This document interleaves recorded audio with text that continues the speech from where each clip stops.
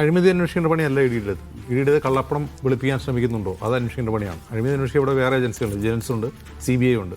ഇവരാണ് അത് അന്വേഷിക്കേണ്ടത്. ഇതിപ്പോൾ BJP ഭരിക്കുന്നതുകൊണ്ട് നിങ്ങൾ ED എതിർക്കുന്നു, കോൺഗ്രസ് ഭരിച്ചാൽ എതിർക്കില്ലേ? കോൺഗ്രസ് ഭരിച്ചാലും എതിർക്കണം. കാരണം എന്താണെന്ന് വെച്ചാൽ ഈ നിയമങ്ങളുണ്ടല്ലോ, ഇപ്പോൾ PMLA ആക്ട്, അതിൽ UAPA, ഇത്തരം നിയമങ്ങളുടെ പ്രശ്നം, ആ നിയമങ്ങൾ പ്രകാരം ഒരാളുടെ മേൽ കുറ്റം ചാർത്തപ്പെട്ടാൽ അയാൾ കുറ്റക്കാരനല്ല എന്ന് അയാൾ തെളിയിക്കണം. അതുവരെ അയാൾ കുറ്റക്കാരനാണ്. രണ്ടാമത്തെ കാര്യം, ഈ രണ്ട് ഏജൻസികളുടെയും അന്വേഷണം തന്നെയാണ് ആ വ്യക്തിക്ക് കിട്ടാൻ പോകുന്ന ഏറ്റവും വലിയ ശിക്ഷ. അപ്പോൾ BJP ഭരിച്ചാലും കോൺഗ്രസ് ഭരിച്ചാലും ഇനി വേറെ ഏതെങ്കിലും പാർട്ടി ഭരിച്ചാലും ഈ നിയമവും ഈ ഏജൻസികളുടെയും ഘടന തന്നെ പൗരന്മാരെ വേട്ടയാടുക എന്നുള്ളതാണ്. അതായത് നീതി നിർവഹണ സംവിധാനത്തെ തലകുത്തി നിർത്തുക എന്നുള്ളതാണ്. അപ്പോൾ ആര് ഭരിച്ചാലും എന്താ സംഭവിക്കുന്നത്, ഈ അന്വേഷണം തന്നെ, ഈ ജുഡീഷ്യൽ പ്രോസസ്സ് തന്നെ ഒരാൾക്ക് ശിക്ഷയായി മാറും. EDയുടെ കേസ് തന്നെ എടുക്കുക.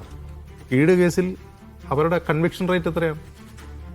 ഈ എടുക്കുന്ന കേസുകളിൽ ഒരു 2% പേരെങ്കിലും ശിക്ഷിക്കാൻ കഴിയുന്നില്ല.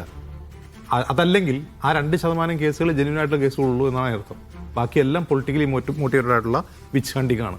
അപ്പോൾ ഇത്തരം സാഹചര്യത്തിൽ ഈ കരി നിയമങ്ങളെന്നൊക്കെ നമ്മൾ പറയുന്ന ഈ നിയമങ്ങൾ തന്നെയാണ് പ്രശ്നം, ഇത്തരം ഏജൻസികൾ തന്നെയാണ് പ്രശ്നം. അതിപ്പോൾ BJP ഭരിക്കുന്നതുകൊണ്ട് മാത്രമല്ല, BJP ഭരിക്കുമ്പോൾ അവരവരുടെ രാഷ്ട്രീയ എതിരാളികളെ വേട്ടയാടുന്നു.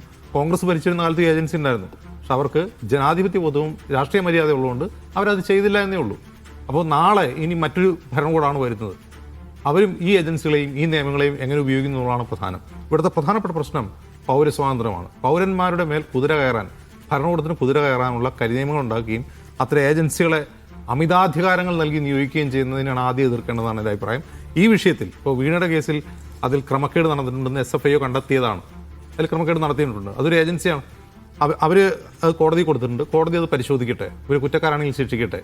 ഇനി ഈ 1.25 കോടി അല്ലെങ്കിൽ 2 കോടി രൂപ കള്ളപ്പണമാണെന്ന് തന്നെ വയ്ക്കുക.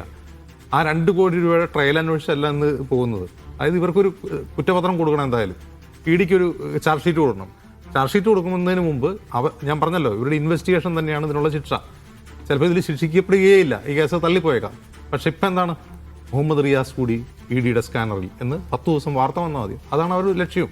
അതല്ല, അതിനപ്പുറം ഒന്നുമില്ല എന്ന് ഇത് ചെയ്യുന്നവർക്കും അറിയാം, റിയാസിനും അറിയാം, എല്ലാവർക്കും അറിയാം. പക്ഷേ ഈ പ്രോസസ്സ് തന്നെയാണ് അത് നേരിടുന്നവർക്കുള്ള ശിക്ഷ എന്നുള്ളതാണ് പ്രശ്നം.